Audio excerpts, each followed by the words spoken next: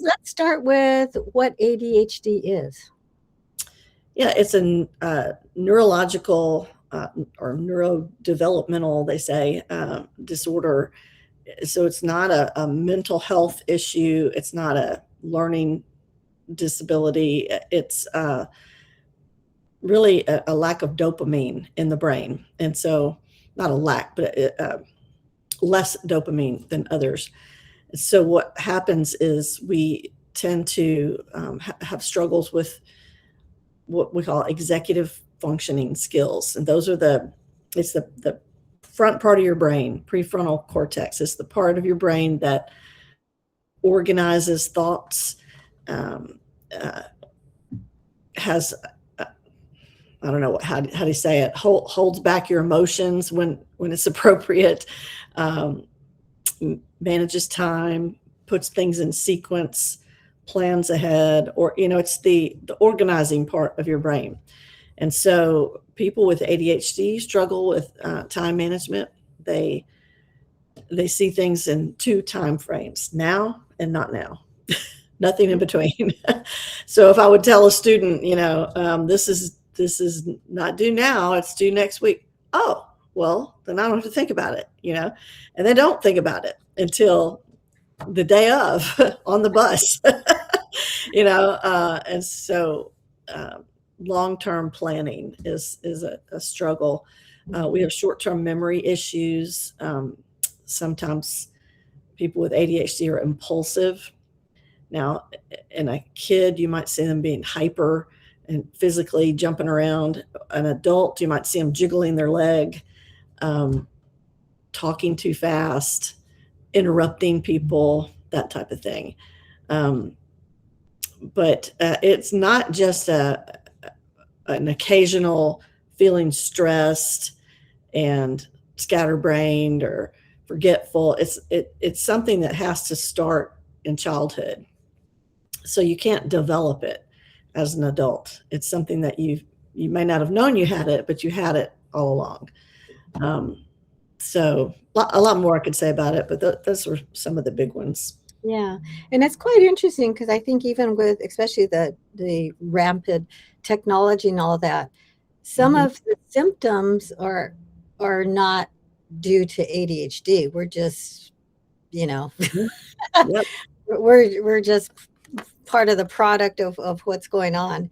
So I think, but I think that some of the tools that have been helpful for supporting ADHD um, have can be applied for all of us. We can apply some of those tools. So, do you have any to share that has been helpful?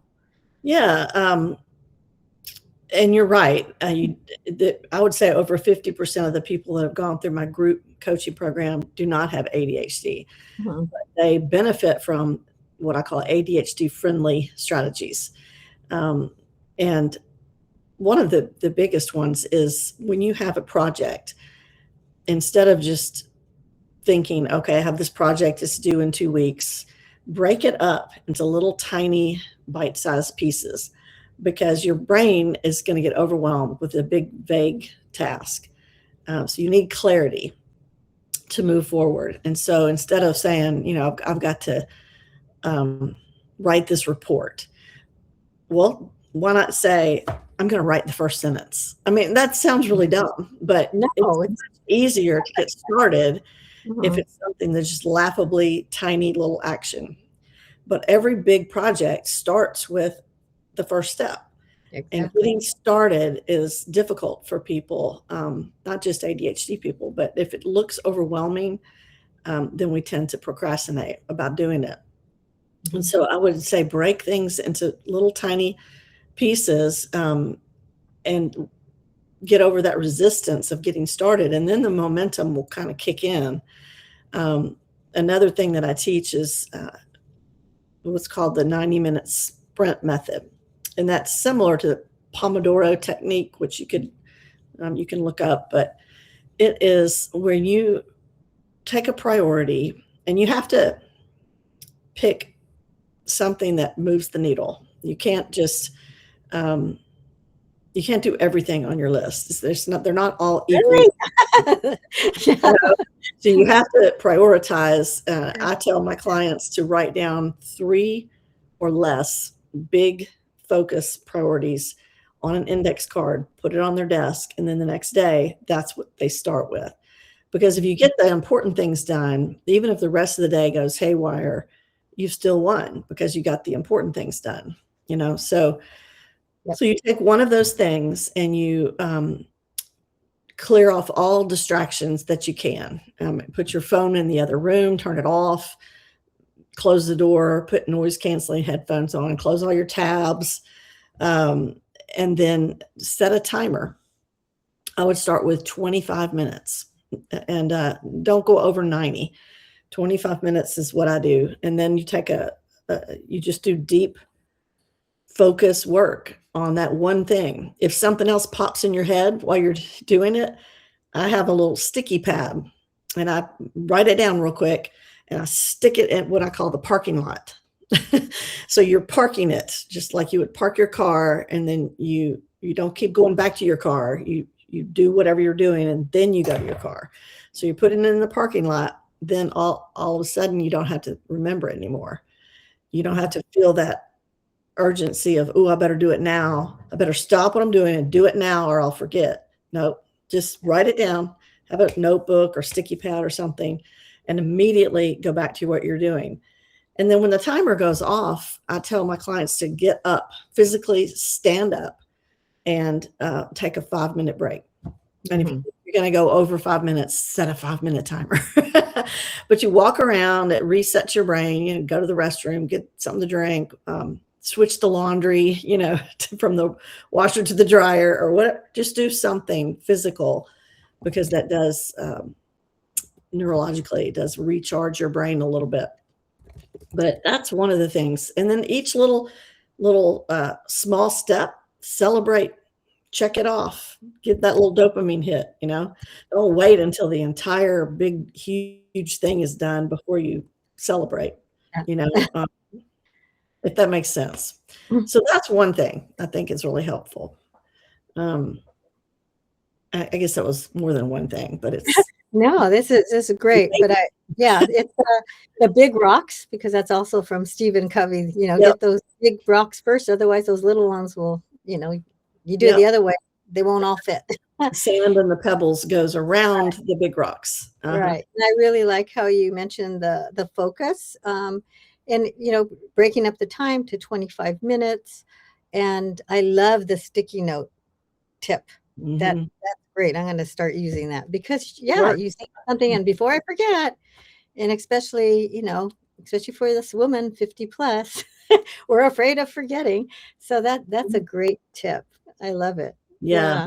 And I think too, and I'd be willing to do this for anybody listening that wants me to, but I help people do a time audit, just to figure out where your time is going. And one of the things I do in a workshop that I have is I'll have people identify their values. What is important to you? Because that's different for everybody. And then look at your day yesterday. And I have them do a little exercise where they identify things that they did yesterday that matched a value that they said they had. And it is really eye-opening, because and it's not just business related, but if you say, for instance, that health and fitness are important and you didn't do anything yesterday to exercise, then you're going to feel a little bit out of alignment, because you didn't spend your time in accord with your values. And I think that's really important. If you say your faith is important, but you don't prioritize spending time talking to God and reading the Bible and going to church, then you're going to feel out of alignment, because you said that was important. If you say your family is important, but you work all the time and you don't spend any time communicating, it's going to affect you. So I don't tell people what values to have, but I do tell them you need to spend your time lining up with what you say is important. Otherwise, you're going to burn out. Now I'll add one more thing, because I did mention the to-do list. Mhm. You cannot live off of a giant to-do list. You have to realize that if you see everything on that list, which is what we do, we look at it and we start ticking off what the easy things, because the big things, those are hard. I don't want to do that right now. I don't feel like it, And so we start going for the low hanging fruit. And then what happens is those things may not be that important. And, instead of making sales in our business, we've spent an hour rearranging the desktop icons or something like that, because we don't want to pick up the phone or do the hard thing. And so you have to realize that if everything looks equally important, then nothing important is going to get done. And so you have to figure out the 1 to 3, no more than 3 each day, big priorities, the big rocks. And those are things that have a consequence. Like if you do that thing, at the end of the day, you're going to feel really good about your day. And if you do that thing, it's going to make a difference in your business or moving you towards your goals, your personal goals. If you don't do that thing, it's going to have a negative consequence. It's going to hurt whatever your goal is. And that's one of the ways that you can prioritize. Another way is to go by urgency and importance, and think about it that way. If something has a imminent deadline, that's going to get bumped up in priority. Anyway, a lot more I could say about that. We can have a whole. I know, and we can. Everyone's interested. Yeah, priorities. Hi, Keith. Thanks for joining us. Yes, thank you. So you had, with your, how many, almost 19 years, is that when you're working with teenagers? I actually, we'll say how old I am, but yeah, I'm a baby boomer. That'll tell you something. Yeah. So, what tips? I was in youth ministry before that. I went to Gordon Conwell Seminary in Massachusetts. I'm from Memphis, so that was like a big culture shock moving to New England. And Billy Graham was the chairman of the board at the time, so he signed my diploma, which was so cool. Wow. But I went through a youth ministry training program, and I later also got a master's in counseling, so I have 2 master's degrees, and went on Young Life staff. And Young Life is a international youth ministry. And so I was a director in North Carolina, and then I later moved to Germany. This is all before I was married. And I worked with Young Life. They have a ministry to U.S. kids whose parents are stationed in the Army. And so I worked with military families. So I didn't really know the German language that well because I was working with Americans. But I lived in Germany. It was awesome. It was a hard job, especially being single over there. But I didn't know that much about ADHD, but I know that looking back, I know some of those kids in my youth group must have had it. They had something. But so I've worked with kids for a long time, probably 30 something years, and then retired as an educator a couple of years ago. This is my second school year to be a full-time entrepreneur. I started this coaching business on the side when I was still teaching. So I would do like online challenges at night and on the weekends and spring break. And so I worked hard. And I did learn how to manage my time because I was working 2 jobs. And, and I was married. I didn't have children in the home, but, sometimes husbands are like a child, and dogs, they're like a child too. Things to balance. Uh-huh. Yep. So you find that your things that you had mentioned about breaking up for the 25-minute sections and, the little stickies. How did you incorporate that into real life, everyday um, balancing and then still being able to grow your entrepreneurship? Yeah, I mean, again, we could have a whole hour discussion on that. We're just Because giving them teasers. They can connect with us and I know that being an we'll go deeper. entrepreneur, people falsely advertise that, if you take my course, then I'll teach you how to have $1 million and you can just, and they'll have a picture of someone typing on their laptop on the beach. Let me tell you, it doesn't work like that. Well, It is hard. And one of the things that I did have to learn is to prioritize revenue producing activities. No one cares if you spend an hour making a perfect Canva graphic for a social media post. Like hardly anybody's going to see it. It's not a good use of your time, so I had to learn that. Also had to learn just my expectations, because I had to grow a lot slower than I would have if I were doing it full time. And I couldn't go to anything during the day. And that was really hard.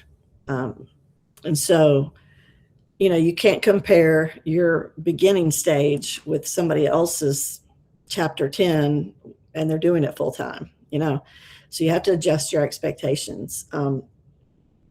So there were a lot of things. I could have a whole thing on what I learned starting my own business.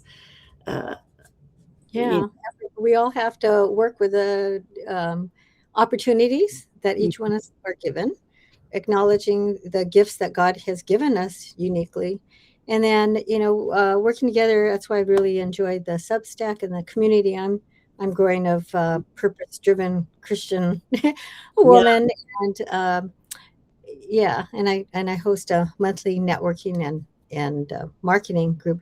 And it's because we each have gifts that we need to get out there and share. We have different strengths. This is the way we complement each other and support each other. So you had mentioned Canva. I love working with Canva. I love producing graphics. So, and I can do it quickly. So if anyone out there needs some graphics, message me. But yeah. So anyway, but I really appreciate you sharing the ADHD condition, because so many are struggling with that. Either they didn't identify that before, or else they have symptoms similar to that because of our environment. So, Yeah, and I think it's important. My philosophy is I have this thing called the 3P power: positive, prepared, productive. That used to be the name of my coaching program, but I believe it's important to remember that everyone's created on purpose for a purpose. And if you do have ADHD, it's on purpose. And it can actually, I have shown people how once they've learned how their brain works, it can be a competitive advantage. You've heard it say ADHD is my superpower. Well, that's kind of overused phrase now, but it's true. There are so many entrepreneurs that have ADHD because it fits. We get bored easily. And so there's so many moving parts, and you're creative and problem solvers to help people, all those kind of things. And so I think it's important, because when I first got my diagnosis, I would join different Facebook groups and supposed to be support group. And all it was just this big whine fest, my life sucks because I have ADHD. And I'm like, what is wrong with these people? A bunch of Eeyores, And so I don't believe, and I was this way as an educator. I do not believe in using ADHD as an excuse. Now you have to acknowledge it. You have to work with it, and I have no problem with a student getting accommodations to level the playing field. But that's one thing, but using it as an excuse, is another. And there is no excuse, because we actually can do some things that other people can't do with our brains, So I think that's just important to throw out there, that my whole philosophy is to see it in a positive way. I totally agree. My husband's in the same place. Very highly productive, always on the go, and like you said, problem solver, and yeah, he's got the energy, and Yeah. it's a gift. It's a gift, and it just needs to be managed. That's all. Yeah. Yeah, it does. For sure. So can we switch and hear a little bit about what you do? Oh, okay. Well, How did you get into what you do? That's a good thing. Well, but right now, okay, for this particular session, I'm focusing on just helping people with time management. So I used to work with Hughes Aircraft Corporation in the contracts department, and that was over 40 years ago. See, we're talking about aging ourselves, but they required each of us to take a very intense time management training, and it was the Covey method, the Franklin Covey planner, and it would transformed our productivity. And I shared it with my husband, and both of us have been on that program since. And through that, I've gone through different seasons. We've got through seasons of having young children, and then the children grow and they go out, and then with our business, and we've gained property, and then each season, and then the kids move out, and then now I'm in a different season helping take care of my mom, and then we have grandkids, but each time I worked with the time management principles, and adjusted them to work with what the current season is. And so I'd love to help others do that, because things change, and life, there's so many life pivots. So I really, created a DIY customized management system that you can do it on the fly. And I'm in two places all the time. I'm in Santa Barbara, LA, and in between. And sometimes you don't have your desk with you. And so you have to find tools to, transition between the two. And so I felt the Lord saying, you need to share this, because there's others that have these challenges, and he's given me the tools to use. So I like you said seasons, because yeah, I think that's important to recognize. Things have to be adjusted during certain totally. seasons. So you go to the office supply store or Amazon. There's all kinds of planners, but you can have a planner. That doesn't mean you're going to work it right. So it's implementation and learning how to use it. Yeah. And I pull in, the understanding your own personality, so you get in alignment with that. So for some, they love the detail. They love the planning, that works for them. I think those would be the high C's, and teachers probably are good at that. but then when it comes to the high I's, high D's, that I'll go, that doesn't work for them. They don't have time to do all the detail part. So that's where you customize it. What would you do, and what tools would you use? And so that's where we can make that adjustment. So like when I work with people, it's first identifying what your strengths are, your personality that you have, and then understand your values too. Of course, like you had mentioned, it's very important to identify your values. And I think we share in our faith, God first, and family, and then working with our careers and the other legacy too, that comes in too. It's very important. We're responsible for writing up our history and sharing that with generations in the future. But that doesn't happen unless we have intentional planning. Time is fleeting, and we can't get it back. And it's a responsibility. God's given us stewardship of our time and our resources, and we have to use it, and And so that at the end he could say, hey, job done. Well, That's right. um, In there a verse that says, make the most of your time because the days are evil. But you said intentional. I think that's the key word. I always tell people that they ask me, because I used to have a planner that I sold on Amazon, and I just told people, look, the best planner is the one you're going to use. yep. And so instead of buying something that, people waste so much time on productivity apps, getting them all set up and everything, that you could be making sales calls, or writing a book. I mean, Well, then I also find that when you buy a planner that maybe not be, you're trying to force yourself to fit into the planner. The planner's supposed to work for you, not you working for the planner. So, yes.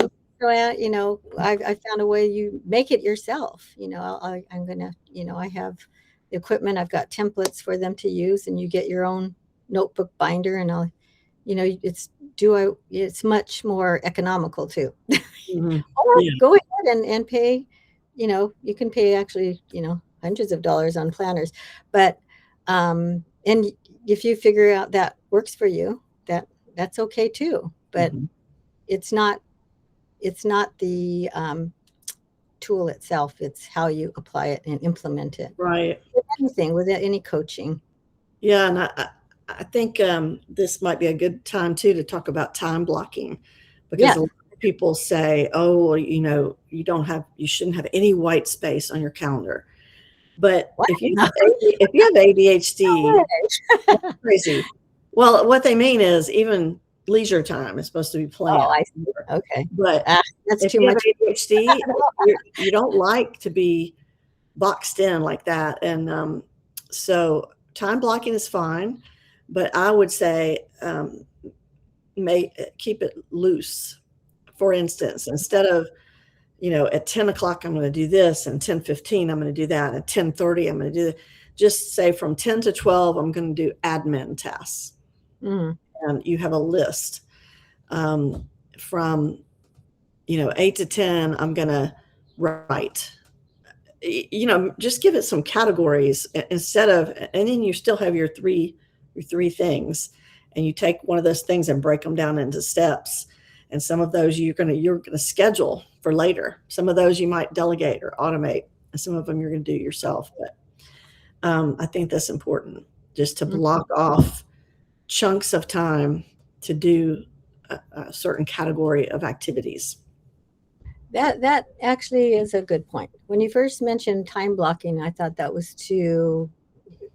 So I'm a high I, which means I don't like the limitations also that you were mentioning. But to a certain point, I think the blocking of time can be used wisely. But then also for what was I thinking? um, it's when you were talking about business, for the entrepreneurs too, that's so important to incorporate that to concentrated Yeah. time. For instance, this morning I uh, had an hour, and I was very intentional and planned it, where I was going to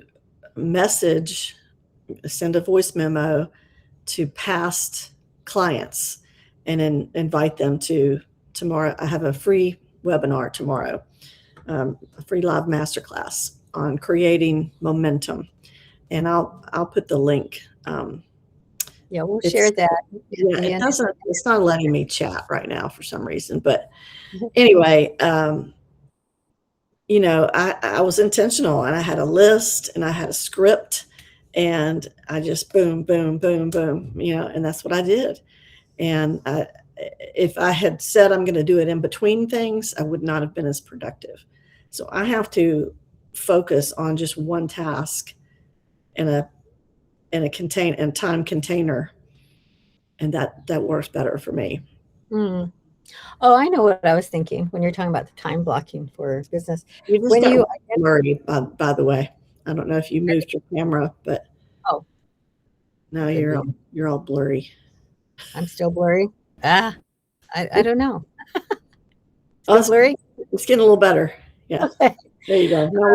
Now You you don't get need it. to look at me. No, I'm kidding. It's also for delegation. Sometimes if we identify the tasks, so that's where intentional acknowledgement of what our activities are, and then Mhm. identifying some areas where we can get help.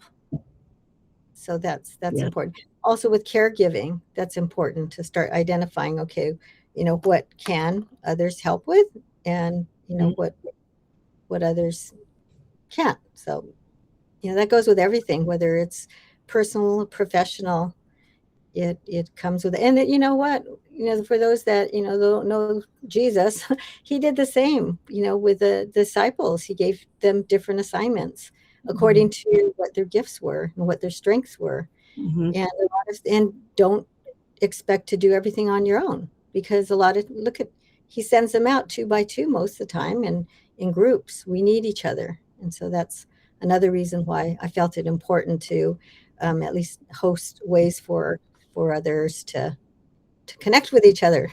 We Yeah. need each I other. think that's important, and that's one of the things that I like the most, and my clients like the most about the group coaching program, is that they like to see that they're not alone, that somebody else gets it. Um, the accountability is great. It's gentle accountability. There's grace there, but at the same time, it's accountability. We need that, and encouragement. And even when I'm helping someone solve a problem, others are listening and they benefit from that as well. Mhm. And then sometimes other people have suggestions, and so we need that. Um, Yep. sure. And the more seasoned you are, you have more connections, you have resources to share. And then Mhm. when you're in a room with others that have this rich wealth of treasures, that's the beauty of it. We are able to share that with one another. Yeah. So yeah. Well, is there any other questions here? Anyone can throw in the chat and we can Yeah, I was address gonna say, concerns. no one's really saying anything in the chat. They're chatless. I'm so intrigued in what you're saying. Yeah. There's no chatty Cathy. Well, if And you then guys do have a question or a comment or anything, put that in the chat. And even if you're watching this after we've been live and you're watching it as a replay, let us know what you think. So yeah. so that we can, because maybe we'll come back on and answer some questions later. Who knows? Hmm. Yeah, Um, so yeah, with a replay, you can also, message us, comment, and then we just encourage you to connect with us. So on Substack, you can subscribe to us, and that way you can stay in touch, and it gives you the ability to message us. And it's not like the other social media that you're gonna yeah, and have this we weirdness. encourage you too to upgrade to the paid. I don't know what yours cost. Mine's just $10 a month, but there are so many articles um, that the free people can't get access to. And sometimes I'll let them read the first part of it, and they're like, what's the oh yeah, it's $10. Yeah. So, but then I also go live and do some deep dive training videos with PowerPoint and the whole thing. And you can't get that if you're in the free version. But so just throwing that Yeah. out there. Okay, yes. The most important, get us connected with us. And Mhm. then you can, learn more about, where we each have our own, profiles and publications, like she had mentioned. And so Mhm. most of the publications you can, get really valuable information. And then also, as she said, there's upgrades so that you can get a deeper dive into what you need.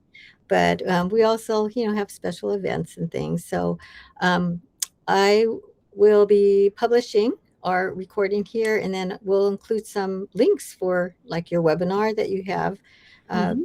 tomorrow. And then I've got the DIY customized time management, really sweet program that I have. It's a pilot program, so I'm going to be sharing that too. That's So exciting. yeah, yeah. So Yeah. is there any other, let's see if we Anybody have any questions? Put them in the chat.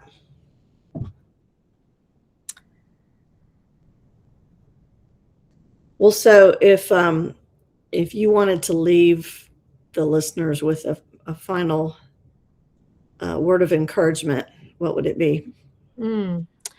I would say taking a pause to, appreciate where you are. I think, especially, okay, the topic of ADHD, we're always running, go getter, do getters, good do gooders.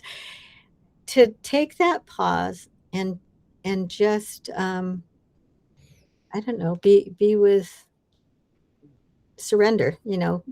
I think taking that moment to just thank God for what He's given us and provided us, and to ask Him, what do you want me to do today? Yeah.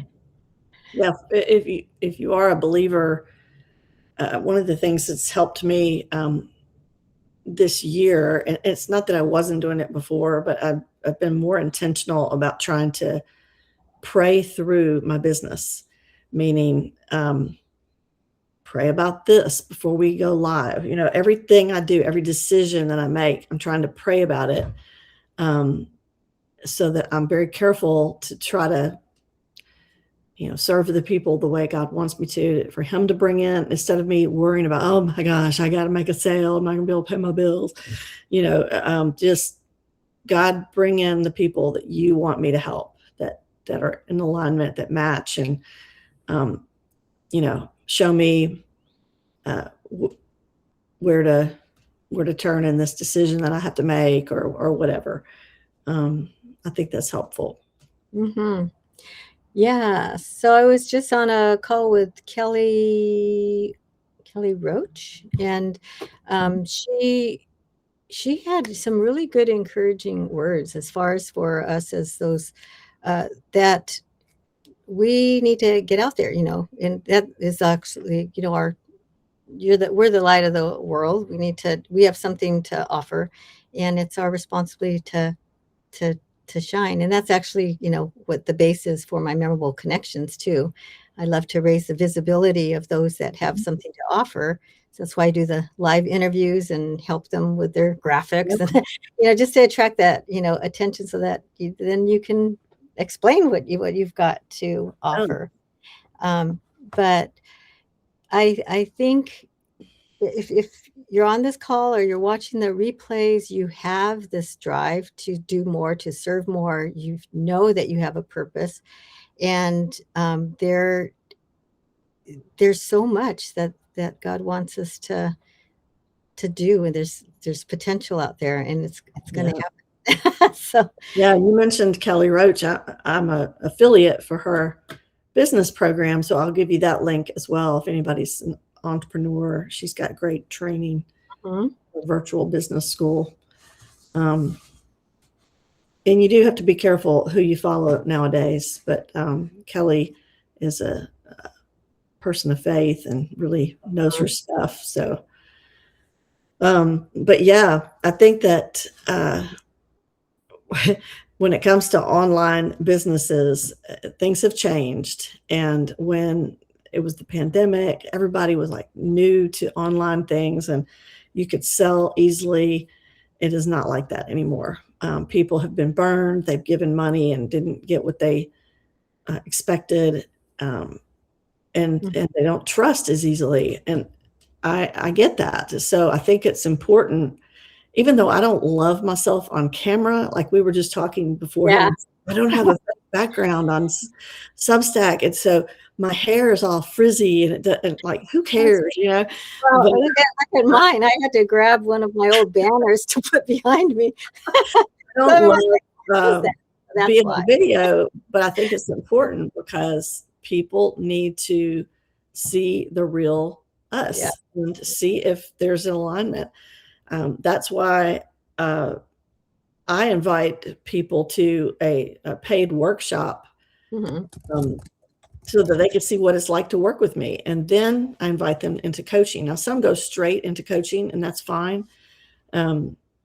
but some people need like a little test run first, so I think it's important to, especially with AI clones and all this crazy stuff. Yeah, They need to see the real person. that's true. Yeah. So, and your name on Substack is just at Cindy Baker, right? Well, that was taken, believe it or not. So Cindy Baker Coaching.